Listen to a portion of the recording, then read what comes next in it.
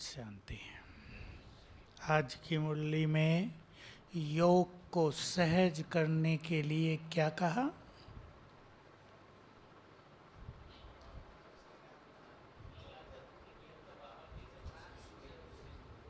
बहनों को याद है? 3 संबंध, इस पे चर्चा करेंगे। और 2-3 दिन पहले मुरली में था, बाबा हमें सुख शांति और प्रेम का वर्षा देते हैं। याद आ गया? सुख शांति और प्रेम का वर्षा भविष्य में या अभी? अभी दे देते हैं, भरपूर कर देते हैं बाप, टीचर, सदगुरु। और एक बात और अंडरलाइन करने वाली है, आज के वरदान से मस्तक पर क्या हो? दुआओं का हाथ। तो क्या हो जाएगा? विघ्न विनाशक। अपने भी विघ्न समाप्त होंगे, जिसको निर्विघ्न स्थिति कहते हैं। और हम दूसरों के लिए विघ्न विनाशक भी बन जाएंगे, जिसकी बहुत ज़रूरत है। लेकिन दुआओं का हाथ किसके सिर पर होगा? माताएं किन बच्चों को दुआएं देती हैं?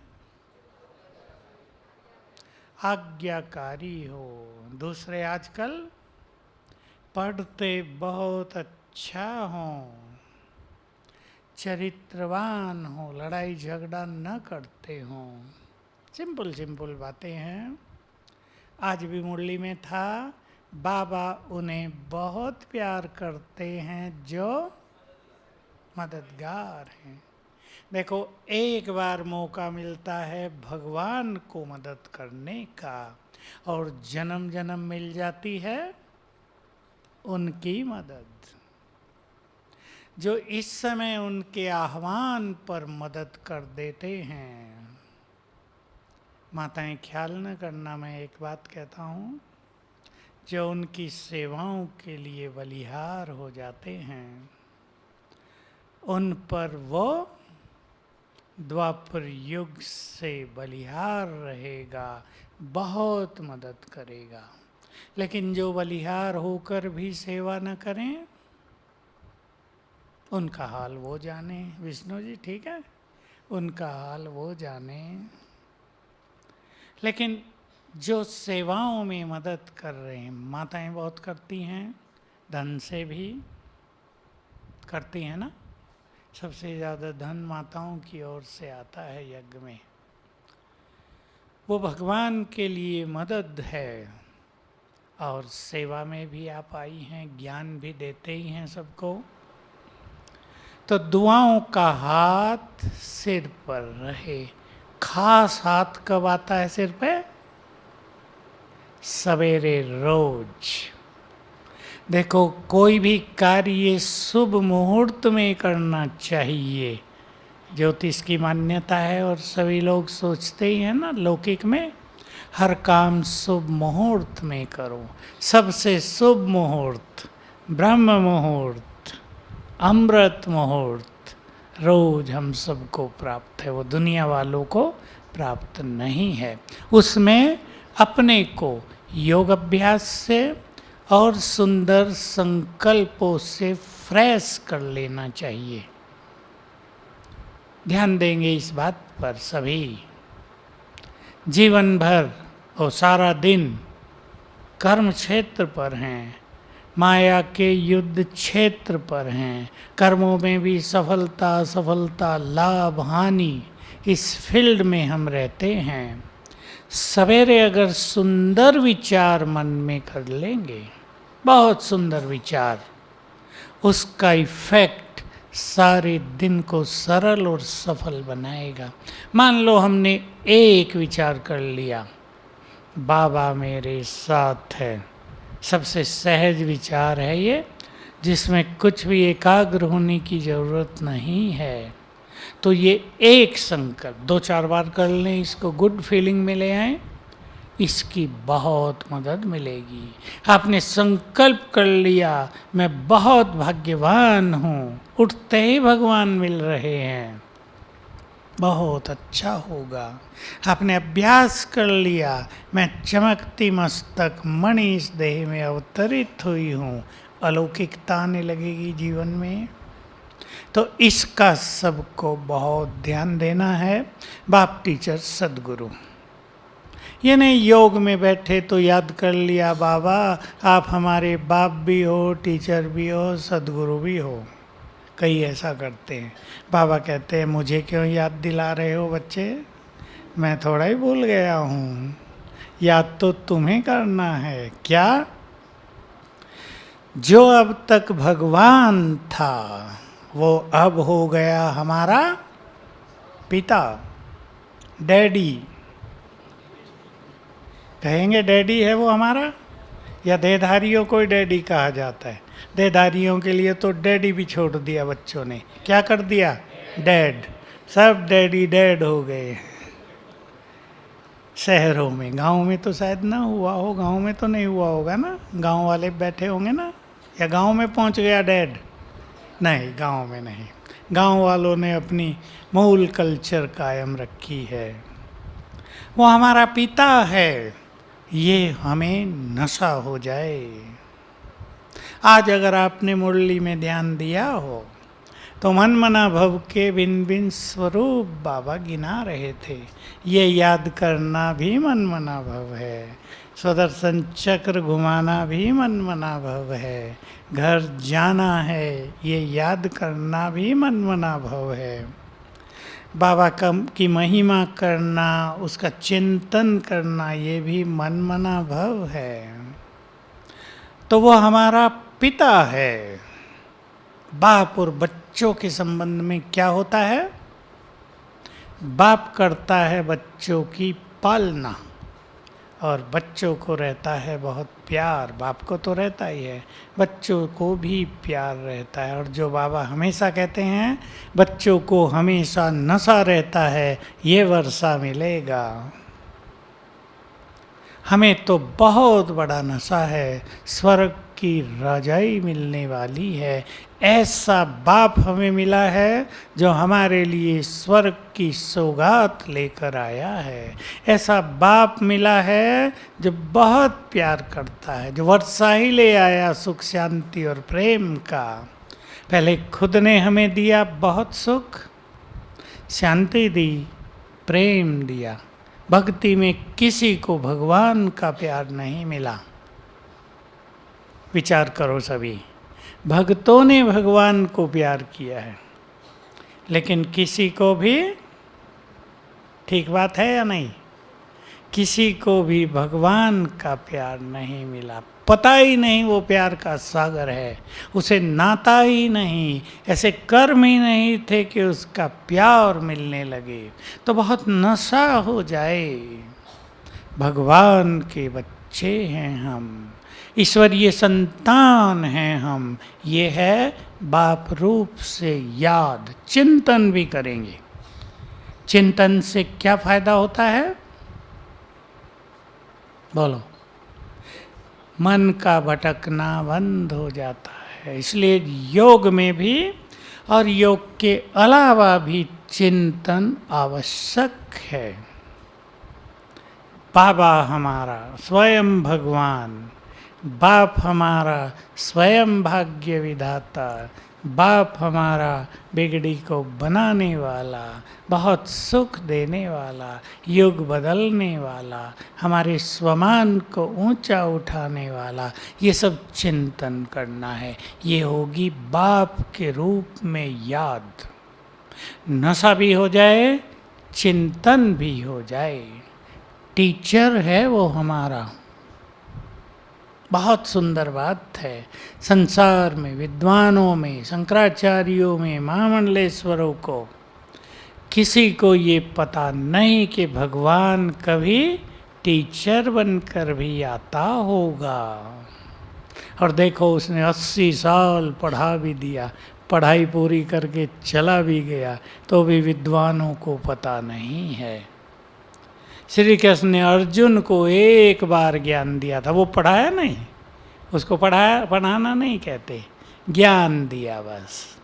भगवान ने रोज पढ़ाया। तो पहला नशा क्या हो हमें? मैं गॉडली स्टूडेंट हूँ, सबसे बड़ी यूनिवर्सिटी का स्टूडेंट। राकेश, तुम भी को नशा रहता है? यह सोचते हो कम पढ़ा लिखा हूँ? कोई नहीं सोचेगा हम कम पढ़े लिखे हैं। देखो अब तो हमारे ही ज्ञान से लोग एमएससी, पीएचडी क्या क्या कर रहे हैं। यही तो है जो आपके पास है, सब पीएचडी डिग्री होल्डर हैं यहाँ, सब पीएचडी किए हुए बैठे हैं। सचमुच ये ज्ञान बहुत श्रेष्ठ, अति गुह्य, जहाँ तक विद्वानों की पहुँच नहीं, जहाँ के लिए शंकराचार्य सोच नहीं सकते, जिनका वर्णन शास्त्रों में, उपनिषद, गीता में नहीं है, वो सत्य ज्ञान सहज भाषा में भगवान ने दे दिया है। हमें नशा हो जाए, ऐसी सुंदर पढ़ाई हम पढ़ रहे हैं। तो पढ़ाने वाले का भी नशा और पढ़ाई का भी नशा। पढ़ाई का नशा रहता है ना। डॉक्टर साहब बैठे हैं, जिस दिन मेडिकल में एडमिशन लिया था उस दिन से नशा चढ़ गया था ना, डॉक्टर बन गए। बताओ, देशपांडे चढ़ गया था ना, हवा में उड़ गए थे उसी दिन से। तो ऐसी पढ़ाई पढ़ने आ गए, ऐसी यूनिवर्सिटी में एडमिशन ले लिया कि देवता बनना तो फाइनल हो गया पहले ही दिन। हो गया या नहीं?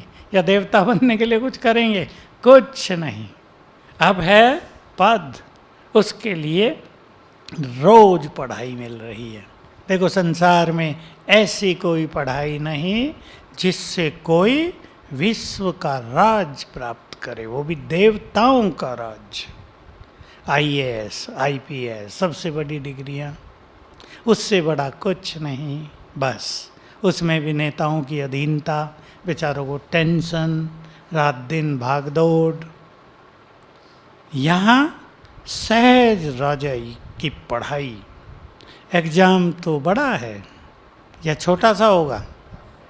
राजाई के लिए एग्ज़ाम तो टफ होगा। कौन से पेपर आएंगे पता है आपको? एक बार बाबा की मुरली चली थी, देखो मैं ऐसा सुप्रीम टीचर हूँ, पेपर ही आउट कर दिया है, फिर भी 8 ही पास होते हैं, फुल पास। कौन सा पेपर? नष्टो मोहा होने का। बहुत गुह्य है। अंत में एक ही याद रहे, संपूर्ण आत्माभिमानी हो जाए, संपूर्ण आसक्तियाँ, कर्मेंद्रियों के रस, जहाँ तहाँ फैले हुए ममत्व समाप्त हो जाएं। ये बहुत ऊंची पढ़ाई है ना। तो पढ़ाई का भी नशा, और हमें पढ़ाने वाला कौन? ज्ञान का सागर, जिसका एक एक महावाक्य अति मूल्यवान, जिसको कुछ खोज नहीं करनी है, नो रिसर्च, परफेक्ट ज्ञान का सागर, सृष्टि का बीज, आदि मध्य अंत का ज्ञान देने वाला। आज तो एक गुह्य राज और बता दिया।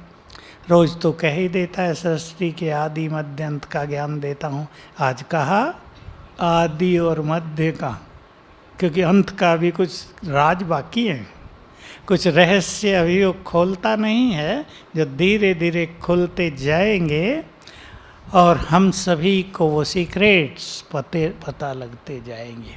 तो हमारा टीचर कौन है, ये नशा हो जाए। ये है टीचर के रूप की याद। बहुत बड़ा सब्जेक्ट होता है पढ़ाई, और हमारे लिए क्या, सारे संसार के लिए इससे बड़ा कुछ नहीं कि जो खोज हो रही थी उन सब का उत्तर मिल गया। खोज समाप्त हो गई। बताओ, माताओं की समाप्त हुई खोज या सत्य को ढूंढ रहे हैं?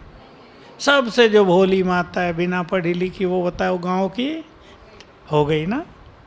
देखो, जिन्होंने स्कूल का दरवाज़ा नहीं देखा उनको भी संपूर्ण ज्ञान दे दिया भगवान ने। ये उसके ज्ञान की विशेषता है।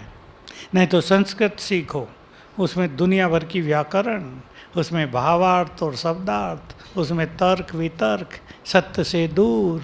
माताएं कहेंगी छोड़ो इन मंत्रों वंत्रों को, ऐसे ही ठीक है। बाबा ने ऐसा ज्ञान दिया, तृप्त कर दिया, संतुष्ट कर दिया, कुछ भी खोज बाकी नहीं रही। ऐसा सर्वश्रेष्ठ ज्ञान। शुरू में जब कुछ लोग बहुत बहस किया करते थे ना, बाहर के 2-3 संप्रदाय वाले थे जो बहुत बहस करते थे ब्रह्मा कुमारियों से, हमारे पास एक आर्य समाज वाला आ गया था ज्ञान में। अच्छा था वो आर्य समाजी ज्ञान में आ गया। 2 बातें सुना देता हूँ आपको, नशा भी चढ़ जाएगा और कुछ बात भी क्लियर होंगी। वो कहता था जहाँ चारों वेदों का ज्ञान समाप्त हो जाता है वहाँ से ब्रह्मा कुमारियों का ज्ञान शुरू होता है। हमें पता चला बड़ी काम की बात है ये तो। बहुत साल पहले एटा, यूपी एटा डिस्ट्रिक्ट, वहाँ का आर्य समाज का अध्यक्ष जो सन्यासी था वो ज्ञान में आ गया। बहनों ने जब वहाँ प्रदर्शनी लगाई तो उसका आश्रम ले लिया प्रदर्शनी के लिए। वो खुद बहुत ज्ञान देख के मधुबन आ गया तो उसके बाबा से मिला, अव्यक्त बाबा आते थे। उसके पीछे आर्य समाज यूपी का, क्यों गया वहाँ, इसको निकालो, ये वो। और वो था वेदों का प्रकांड विद्वान, बहुत बड़ा आर्य समाज का स्पीकर। उसको वो फेस नहीं कर सकते थे ज्ञान की दृष्टि से। उसने सबको बहुत अच्छा उत्तर दिया। उन दिनों यूपी में 54 डिस्ट्रिक्ट होते थे, आजकल तो शायद 84 कुछ हो गए हैं, तब 54 थे। सबके अध्यक्षों को बुलाया गया, मीटिंग हुई हरिद्वार में। क्यों गए वहाँ, निकालो आर्य समाज के अध्यक्ष पद से इसको। उसने कहा मुझे निकाल दो, मुझे कोई चिंता नहीं, लेकिन जो वेद कहते हैं वो ब्रह्मा कुमारियों के जीवन में है। सब ठंडे, एकदम शांत। अब क्या करें भाई, तुम तो केवल तर्क वितर्क कर रहे हो, जीवन में लाने का तो प्रश्न ही नहीं रहता। या रहता है बाहर, आप में से भी तो कई विद्वान रहे होंगे, बहुत अच्छे भक्त रहे, बस भक्ति कर ली, गीता पढ़ लिया, वेद पाठ कर लिए, उसको जीवन में लाना है ये संकल्प ही नहीं। ये केवल बाबा संकल्प देता है। तो ज्ञान बहुत सुंदर, परफेक्ट, सुखदाई, सूखा नहीं। फिलोसॉफी से अगर कोई एमए करे, बेचारों को लगता है कितना सूखा ज्ञान है, मज़ा ही नहीं आता, कुछ समझ में ही नहीं आता, रट रटा के पास हो जाते हैं। एक और बात सुना दूं। एक ब्रह्मा कुमार भी फिलोसॉफी से एमए कर रहा था। प्रोफेसर ने पढ़ाया, ये सृष्टि एक चक्र है, ये जहाँ से शुरू होती है वहीं समाप्त हो जाती है। इसका शुरू का पता नहीं, अंत का पता नहीं, वास्तव में इसका आदि और अंत एक ही है। वो खड़ा हो गया, सर इसको क्लियर कर दो जरा, समझ में नहीं आया। रट तो हम लेंगे पर मज़ा नहीं आया, समझ में नहीं आया। अब वो क्या क्लियर करे बेचारा। उसको बैठा दिया, सिट डाउन।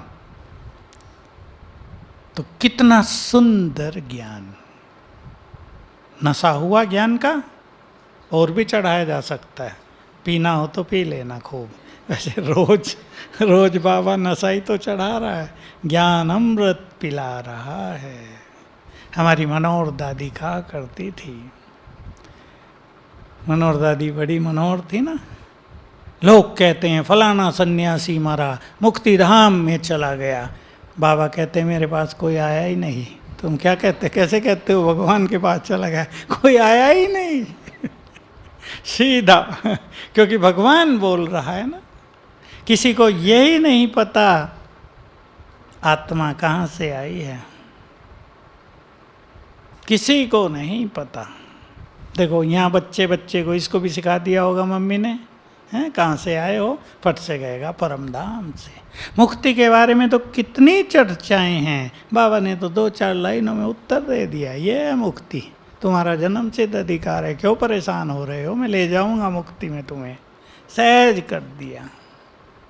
नहीं तो मुक्ति मोक्ष इसकी कितनी चर्चाएं, क्या क्या करो, कठिन तपस्या करो, मोक्ष मिलेगा। महावीर स्वामी ने कितना खड़े रहे 12 साल, उधर यहीं है, सिरोही में ही है उसकी जगह, सिरोही से थोड़ा पहले खड़े रहे। लोगों ने उसको पागल समझ लिया, मारा पीटा, डंडों से कील ठोक दी उसके इधर उधर, कितनी तपस्याएं कराई। यहाँ बाबा ने सहज कर दिया। सद्गुरु है वो हमारा। हमें नशा हो जाए, आप में से जिसने गुरु किया हो, नशा रहता था, किसके शिष्य है, हम तो बापू आसाराम के शिष्य हैं, तुम्हारे पास नहीं आएंगे, अब बेचारे शिष्य ढीले रह गए।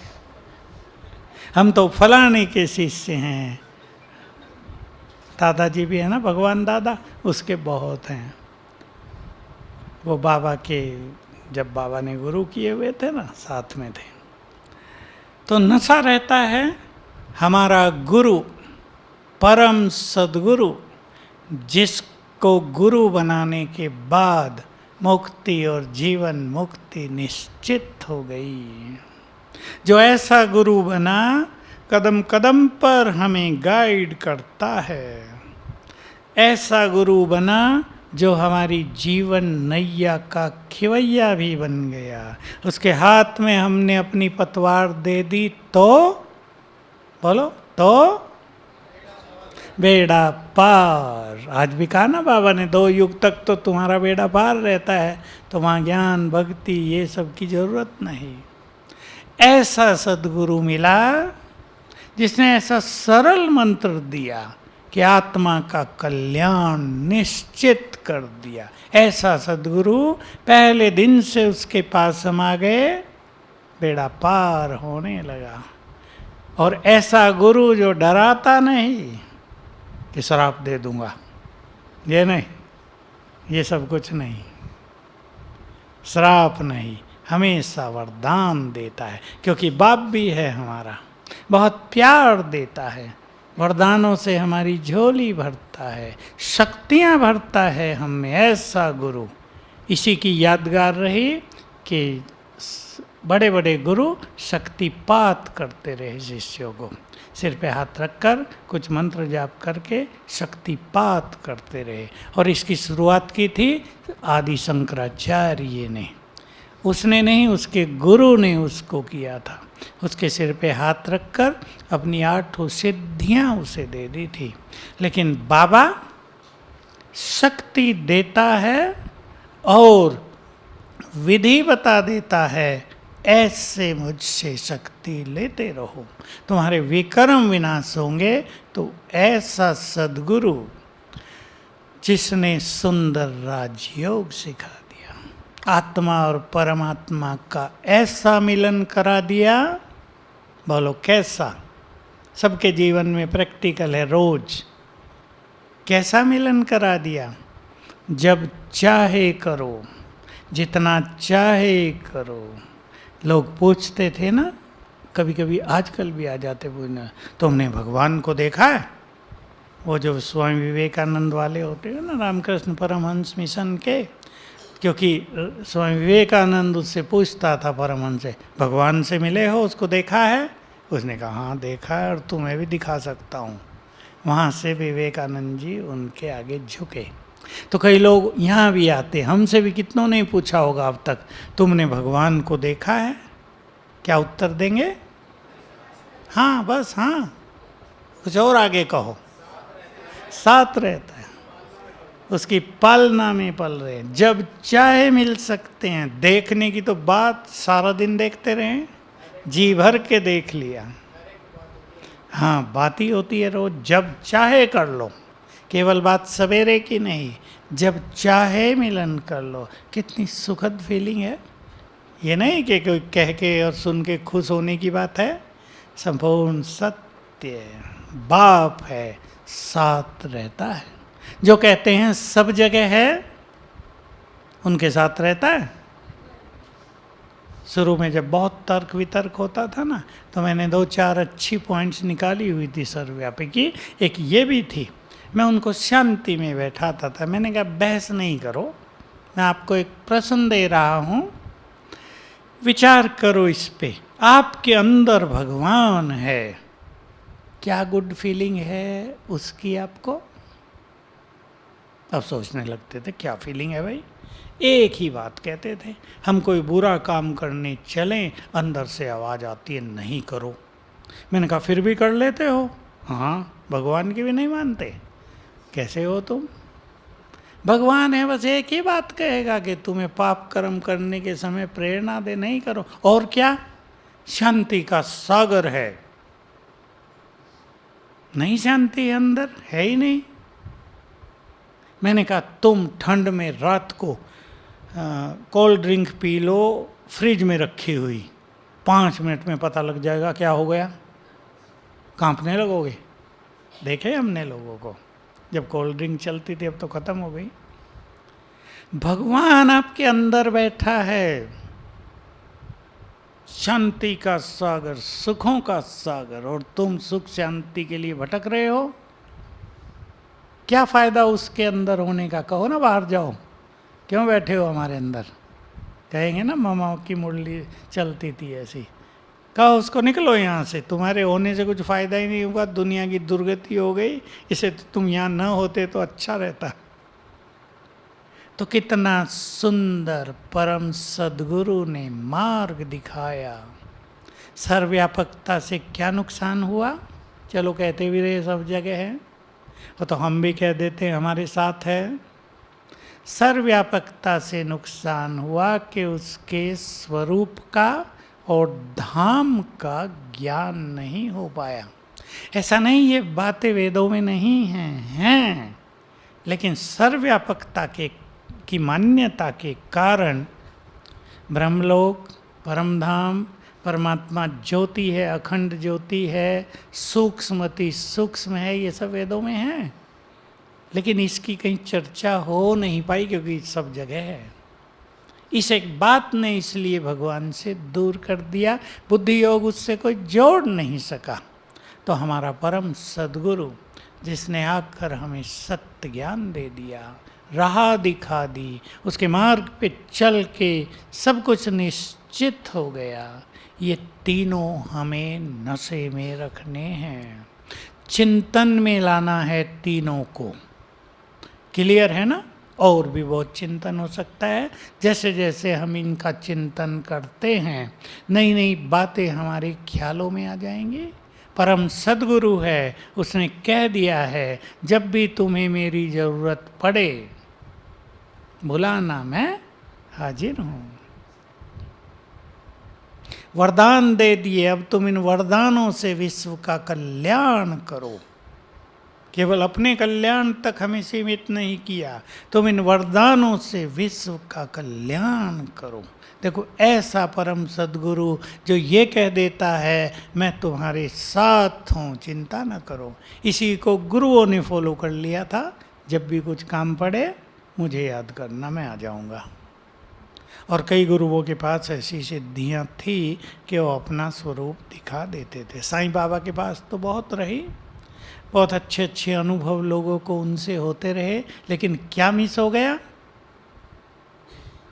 किसी की बुराई हम नहीं कर रहे, क्या मिस हो गया? ऐसा मार्ग नहीं मिला जिससे विकर्म विनाशों और आत्मा पावन बन जाए, यही तो मिस हो गया। ठीक है, गुरु ने आज मदद कर दी, कल फिर पहुंच गए, गुरुदेव ये मुसीबत है, वो ठीक कर दी, 4 दिन के बाद फिर पहुंच गए, ये समस्या आ गई है, फिर ठीक कर दो। लेकिन खुद क्या रह गए? बाबा परम सद्गुरु जैसा खुद पावरफुल है, हमें भी वैसा ही पावरफुल बना देता है, और ये कहता है मांगो नहीं मेरे से कुछ भी, अधिकारी बनो, समर्थ बनो, देने वाले दाता बनो। अगर मैं दाता हूँ तुम भी दाता बनो, अगर मैं वरदान देने वाला हूँ तुम भी वरदानी बनो, अगर मैं भाग्य विधाता हूँ तुम भी मास्टर भाग्य विधाता हो। देखो ये ऊंचा लेवल उठा दिया, गुरुओं ने नहीं उठाया, किसी ने नहीं उठाया। एक और अच्छी बात सुना दूँ। बाबा जब साकार में थे तो 2 बुजुर्ग लोग भी समर्पित हुए रिटायर होने के बाद। तो हम छोटे, वो बुजुर्ग, दोनों की दोस्ती तो सुनाया करते थे। आर्य समाजियों के वहाँ गए, आरती चल रही थी, विषय विकार मिटाओ पाप हरो देवा। मैंने रुकवा दी, रोको जरा, अब इस पे सोचो तो सही कुछ। ऐसे ही विषय विकार मिटाओ, रोज गा रहे हैं, मनोहर दादी हंसाया करती थी, वहाँ गा रहे विषय विकार मिटाओ, और घर में आके गा रहे हैं विषय विकार बढ़ाओ। बहुत हंसाती, भाषणों में कहती थी वो ये सब चीज़ें। तो बाबा ने कितना प्रैक्टिकल कर दिया ना सब कुछ, हमारा लेवल बहुत ऊंचा उठा दिया। तुम इस देव देवियाँ हो, पवित्र आत्माएं बना दिया। तो वो ही कहते थे, उन दिनों एक माँ होती थी, नाम मैं भूल गया, देहरादून में उनका आश्रम था मुख्य, तो उनसे मिलने गए। बहुत अच्छी थी वो, उसकी स्थिति बहुत अच्छी थी। पूछा उनसे, वो भी सीधा था कि माँ, उसको माँ ही कहते थे, आनंदमयी माँ। कहा आप तो पवित्र हो, महान हो, लेकिन आपके शिष्य कितने पवित्र हैं? कहा शिष्य क्यों पवित्र होंगे? कहा यही अंतर आप में और ब्रह्मा कुमारियों में है। यहाँ देहरादून में एक ब्रह्मा कुमारी आई जो पवित्र थी, उसने 100 को पवित्र बना दिया है। सोचो कौन महान है। तो ये परम सद्गुरु के वरदानों का, उसकी गाइडलाइन का इफेक्ट है। बाबा हमें सुख शांति प्रेम का वर्षा देता है। मिल गया सभी को? मिल गया ना? खोज तो नहीं है ना? अब हमें सुखों के दाता, शांति के दाता और प्रेम के भंडार बनना है। माताएं बहनें सबको प्यार देती हैं ना, अब सारे संसार को प्यार देना है, वाइब्रेशन से प्यार देना है, सुख देना है, क्योंकि आने वाला समय कुछ और चुनौतियां लेकर हमारे सामने आ रहा है। अपने दुखों की बात नहीं रहेगी, संसार के दुख हरने की बात होगी। बहुत बड़ा कर्तव्य हमें पुकारेगा, सोने नहीं देगा। दुखी हो रही हैं तुम्हारे वंशज, उनके दुख हरो। तो हमारे पास सुखों का खजाना भरपूर होना चाहिए। बाबा बहुत सुख दे रहे हैं हमें, खजाने को भरपूर करें। शांति के हमें स्वयं को भंडार बनाना है। तो ऐसा हो जाएगा कि जहाँ हम होंगे, हमारे शांति के वाइब्रेशंस अनेकों की अशांति को दूर करेंगे। ये काम करने हैं। प्रेम का वर्षा भी बाबा ने बहुत दिया है। मिला है बाबा का प्यार किस किस को? सबको मिला, बिल्कुल मिला है, बहुत ज़्यादा मिला है। रोज मिलता है ना मुरली में। मुरली प्यार ही तो है, प्रेम पत्र है भगवान का अपनी सजनियों को, है या नहीं? प्यार झलकता है ना मुरली से। बाबा एक एक चीज़ बोलता है, बस वो पढ़ने वाले पे डिपेंड करती है। हमारी दीदी भी बहुत अच्छा करती है, प्यार देता है बाबा रोज। तो हमें देखना है हम सुखी रहते हैं सुखी, या बातें, दूसरों के बोल हमारे सुखों को छीनते हैं। हमें अपने को ऐसा नाजुक नहीं बनाना है कि छोटी छोटी बातें सुखों से हमें दूर ले जाएं, दुखी कर दें। ऐसा नाजुक नहीं बनाना है। मुख्य बात जिस पे मैं ध्यान दिलाऊं, मुझे 2 फ़ोन याद आ रहे जो कल और आज मुझे आए, एक कल एक आज। छोटी ने फ़ोन किए, मैं बहुत दुखी हूँ।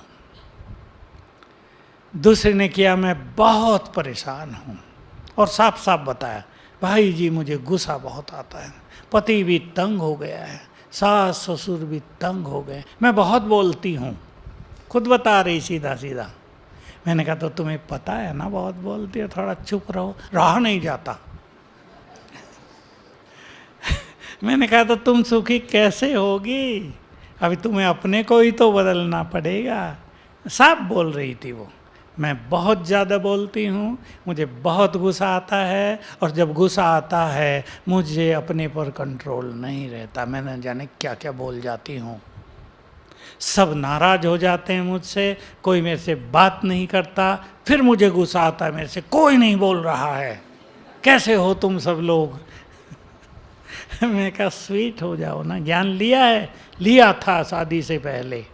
मैंने कहा तो कुछ तो याद है।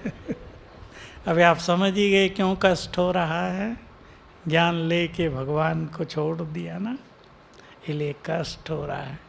तो हमें अपने को बदलना है, सुखी रहना अपने हाथ में।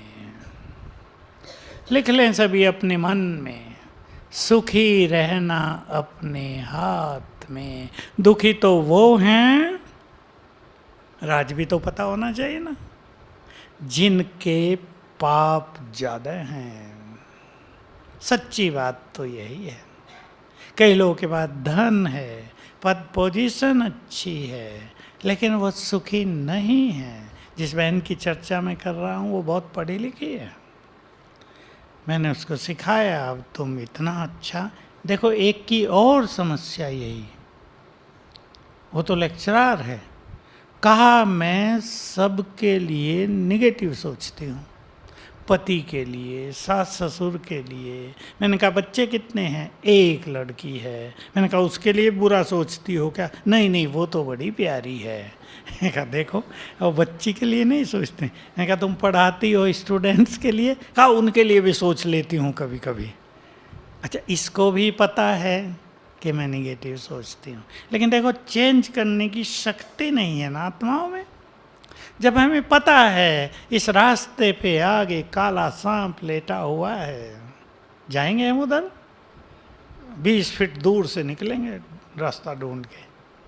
जब हम उसे पता चल रहा है कि निगेटिव सोचने से उसके दुखों में वृद्धि हो रही है, बहुत दुखी वो भी, और उसको बता रही मुझे कि मैं बहुत निगेटिव हूँ इसलिए बहुत दुखी हूँ। लेकिन परिवर्तन की शक्ति आएगी योग से, बाबा की पढ़ाई से, रोज रोज सुनते सुनते मनुष्य पॉजिटिव हो जाता है ना, अच्छा हो जाता है। ऐसे ही शांति, शांति के विपरीत ये क्रोध ही है। हम अपने अंदर शांति को बढ़ाते चलें, विशेष रूप से इस गुड फीलिंग में आते चलें, मैं आत्मा शांत हूँ। स्वरूप को जरा अलग करो, स्वरूप करने से थोड़ा क्लियर नहीं होता सबको। मैं शांत हूँ, सवेरे 7 बार कर लो, शांत, मैं आत्मा शांत हूँ, मेरी नेचर ही शांति है। तो शांति बढ़ने लगेगी, क्रोध छूटने लगेगा। और प्रेम के संबंध में ध्यान देना है, नफरत नहीं। 2 चीज़ों पे आज मैं आपका ध्यान दिला रहा हूँ, नफरत और वैर भाव, दोनों आत्मा की सुख शांति को समाप्त कर देते हैं। कईयों में बदले का भाव इतना ज़्यादा होता है, वैसे बहुत प्रैक्टिकल है। कोई आपको 4 बातें बोल गया, आप परेशान हो रहे हैं, आपने मौका देखकर उसको 8 बोल दी, मन शांत हुआ? मन तो शांत होगा, खुशी भी होगी, काम कर दिया हमने भी अच्छा। लेकिन उसके शब्दों को सहन करने की, उस समस्या का सामना करने की शक्ति नहीं रहेगी। ये खेल कब तक हम चलाएंगे? कोई कोई हमें 10 बोले और हम 20 बोले, वो 50 बोले हम 100 बोले, ये खेल तो जीवन को नष्ट करने वाला है ना। वो 10 बोले हम शांत हों तो वो छोड़ देगा, अगली बार 5 ही बोलेगा, और जब हम कुछ नहीं बोलेंगे तो दुखी होकर भाग ही जाएगा। ये तो गूंगे कर दिए ब्रह्मा कुमारियों ने, कुछ बोलते ही नहीं। ऐसा भी होता है कई जगह, पत्थर के बना दिए, इनको तो असर ही नहीं होता। पता नहीं कहाँ से सहन शक्ति लाए हैं इतनी। ये तो चिकने घड़े हो गए। लोग बोलते हैं, माताएं मुझे सुनाती हैं आके कि ऐसे ऐसे होता है। तो देखो ये बाबा का कमाल है ना। तो हम सभी अपने अंदर से नफरत और बदले का भाव समाप्त करेंगे। ओम शांति।